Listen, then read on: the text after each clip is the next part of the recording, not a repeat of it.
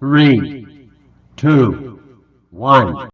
Kerajaan Kutai terletak di Sungai Muara Kaman yang ada di Kalimantan Timur, berdiri sejak tahun 400 Masehi.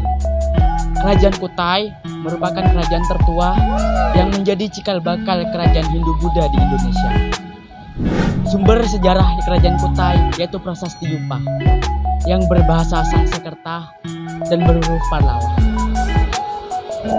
Setelah Yupa ditemukan, kemudian muncullah nama Kudungga yang merupakan pendiri asli kerajaan Kutai. Menurut para ahli sejarah, Kudungga merupakan nama asli Indonesia sebelum adanya campur bahasa India. Sedangkan keturunannya, Mulawarman dan Aswawarman, mendapatkan nama dari budaya Hindu yang berasal dari bahasa India. Kata Warman sendiri merupakan nama yang sering disebut oleh masyarakat India bagian selatan. Dari Prasasti Yupa itu sendiri, diketahui kerajaan Kutai mencapai puncak kejayaannya pada masa pemerintahan Raja Mulawarman. Mulawarman disebut-sebut sebagai raja yang memiliki budi pekerti baik, kuat, dan pernah mengadakan upacara persembahan 20 ekor lembu untuk kaum Brahmana yang bertempat di Wapraketsvara. Wapraketsvara adalah tempat suci atau tempat keramat yang merupakan sinkretisme antara kebudayaan Hindu dengan kebudayaan Indonesia. Aspek sosial. Kehidupan sosial pada kerajaan ini ditandai dengan adanya golongan terdidik yang banyak. Golongan terdidik ini menguasai bahasa Sanskerta serta huruf Pallawa. Adapun golongan tersebut adalah golongan Brahmana dan Ksatria. Golongan Ksatria sendiri terdiri dari kerabat Raja Mulawarman pada masa itu. Hal ini dibuktikan dengan adanya upacara pemberkatan seseorang yang memeluk agama Hindu, di mana para Brahmana memakai bahasa Sanskerta yang sering digunakan pada prosesi adat tertentu. Namun, bahasa ini sulit untuk dipelajari. Oleh sebab itu, dapat disimpulkan bahwa pada masa itu, para Brahmana memiliki intelektual yang tinggi. Aspek politik. Pada masa pemerintahan Raja Mulawarman, ditandai dengan keadaan politik yang stabil. Hal ini berdasarkan Prasasti Yupa yang mengatakan bahwa Raja Mulawarman sebagai raja yang berkuasa, bijak, dan terampil. Aspek ekonomi.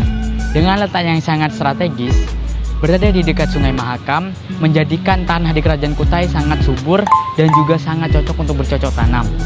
Mata pencarian masyarakat Kutai antara lain sebagai petani, pedagang, dan peternak. Bahkan, menurut Prasasti Yupa menyebutkan bahwa Raja Mulawarman pernah memberikan 20.000 ekor sapi kepada golongan Brahmana. Dan juga Raja Mulawarman memberlakukan sistem pajak untuk para pedagang lain yang berdagang di kerajaan Kutai. Dan juga pajak ini berupa sebagai barang mahal atau juga disebut dengan upeti. Aspek agama. Kerajaan Kutai dikaitkan dengan sejarah animisme dan dinamisme serta agama Hindu sebagai agama pendatang. Hal ini dibuktikan dengan Prasasti Yupa yang diyakini sebagai peninggalan masa Megalitikum, menhir, dan punden berundang. Dikatakan juga bahwa masyarakat Kutai dibebaskan untuk memilih agamanya masing-masing, meskipun keluarga kerajaan pada umumnya menganut ajaran Hindu Siwa yang bercampurkan dengan Brahmana. Runtuhnya kerajaan Kutai. Runtuhnya kerajaan Kutai dimulai saat kepemimpinan raja yang bernama Maharaja Dharma Setya, yang diketahui meninggal saat berperang melawan Raja Kutai ke-13, Aji Pangeran Anung Panji Mendapa. Adapun kerajaan Kutai Kertanegara berbeda dengan kerajaan Kutai Martadipura, sehingga Raja Aji Pangeran mengambil alih kerajaan Kutai Kertanegara yang saat ini dikenal menjadi Kesultanan Islam. Peninggalan kerajaan Kutai. Ada 7 buah prasasti Yupa yang ditemukan yang menjadi bukti sejarah kerajaan Kutai. Adapun semua prasasti itu ditulis menggunakan huruf Pallawa dan Sanskerta. Ada sebuah prasasti yang dikeluarkan oleh Raja Mulawarman yang menceritakan tentang 3 penguasa di daerah tersebut. Yang paling penting adalah prasasti Yupa itu sendiri, yang dibuat sekitar pada tahun 350 sampai 400 Masehi. Nah, setelah kerajaan Kutai Kertanegara runtuh, ada pun juga kerajaan Kutai Martadipura atau dikenal juga dengan Kesultanan Islam. Pada kerajaan Martadipura ini terdapat juga sebuah peninggalan. Peninggalan yang pertama adalah ketopung sultan. Ketopung ini berupa sebuah mahkota dengan berat 1,98 kg.